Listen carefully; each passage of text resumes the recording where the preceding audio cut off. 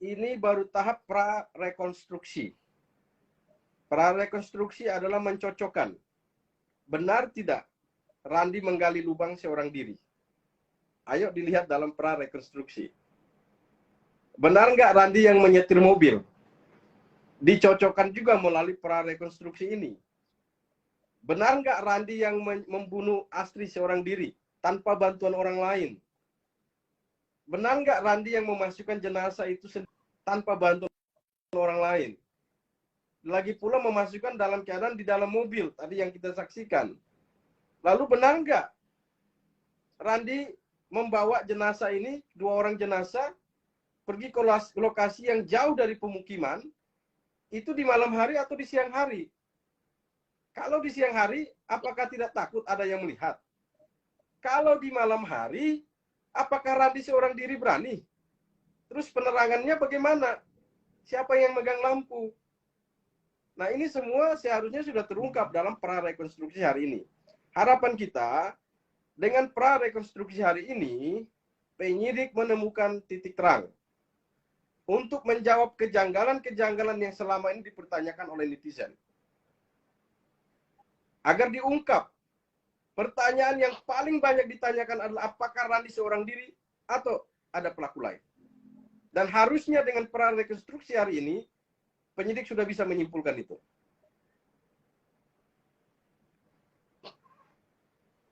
Siap. Oke, yang terakhir, Bang. Jadi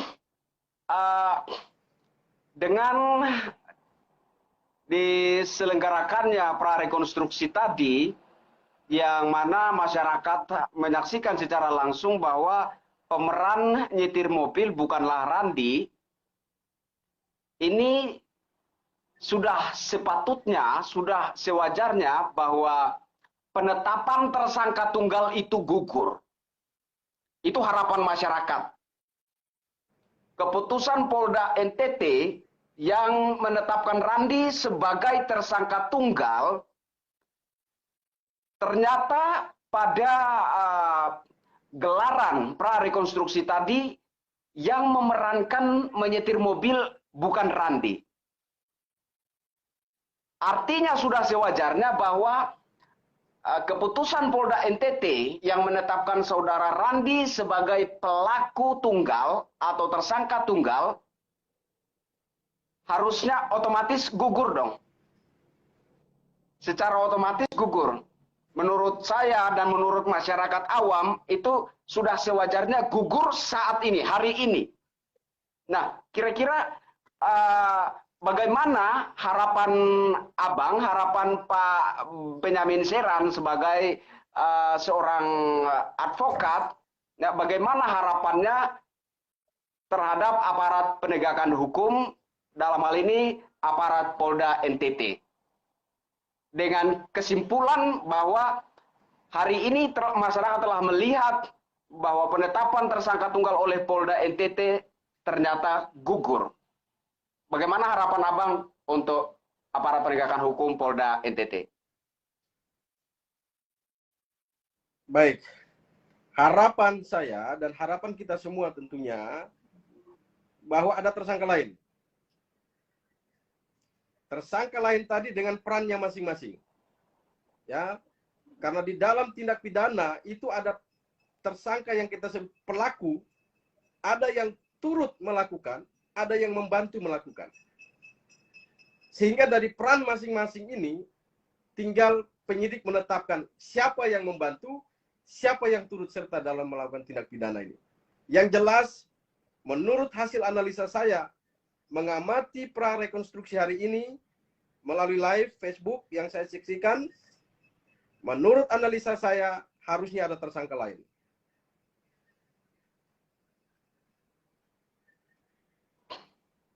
Ya, jadi itu harapannya agar supaya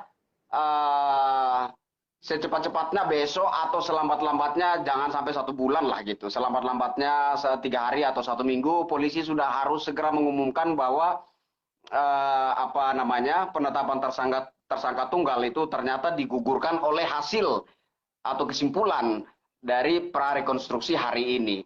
Nah, kemudian yang paling terakhir saya mau minta kira-kira sedikit nasihat dari Pak Benyamin Siran kepada saudara-saudari kita, terutama rakyat jelata, para pemburu keadilan yang cenderung melihat, memantau dan mengawal penanganan persoalan pembunuhan Astrid dan anaknya Lail ini dengan emosi, ya, dengan pandangan yang awam, dengan dugaan-dugaan yang mungkin itu akan menyalahi hukum dan lain sebagainya.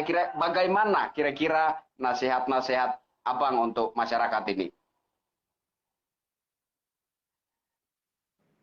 Oke, baik. Kita tahu bahwa keadilan itu adalah hak daripada setiap warga negara untuk mendapatkan keadilan. Keadilan dalam kasus terbunuhnya Astrid dan Lail bukan hanya milik keluarga korban, tapi milik kita semua.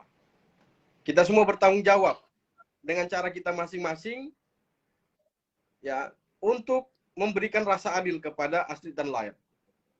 Kenapa? Karena ini menyangkut nyawa manusia. Tidak ada yang namanya kata maaf terhadap orang yang melakukan tindak pidana menghilangkan nyawa manusia. Ini kita harus sepakat dulu. Bahwa kemudian sebagai manusia, ketika ada orang terbunuh dan pelakunya, ketahuan siapa pelakunya, secara manusiawi pasti timbul rasa amarah. Kemudian zaman sekarang dengan zaman medsos akhirnya menulis tentang pendapat-pendapat pribadi. Boleh.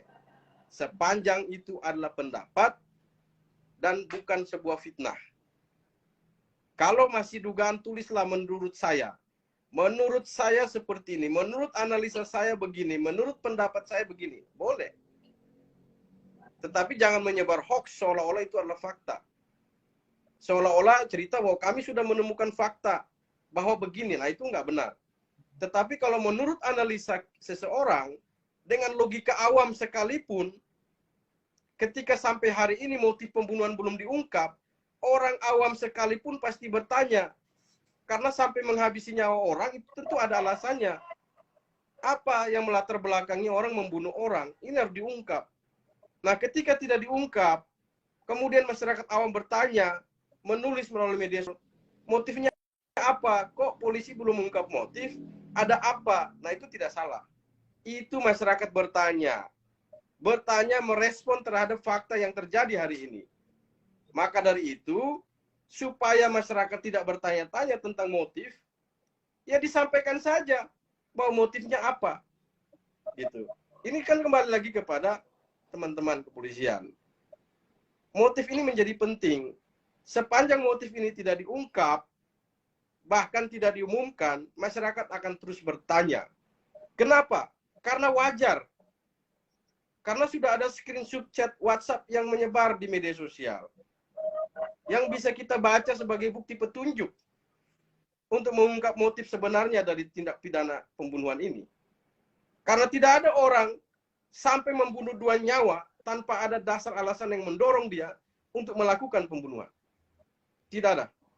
Kecuali orang gila atau kecuali orang mabok. Kalau orang normal tidak sedang mengalami gangguan kejiwaan, ya, menghabisi nyawa manusia butuh alasan yang kuat. Apalagi Randi adalah orang yang baik-baik dalam catatan dia. Yang saya dengar tidak pernah melakukan kriminal sebelumnya. Katanya anak mami. Ini kalau sampai dia yang menghabisi, apa motifnya? Mohon maaf nih, saya pun masih bertanya sampai hari ini, motifnya apa? Karena motif ini penting. Katakanlah kalau motif sakit hati, andai kata, ternyata motifnya sakit hati. Yang sakit hati siapa? Apa Randi? Nah, ini menjadi pertanyaan masyarakat. Mudah-mudahan video ini juga ditonton oleh teman-teman penyidik agar segera mengungkap motif pembunuhan daripada terbunuh peristiwa pidana ini. Demikian Bung Oni. Amin.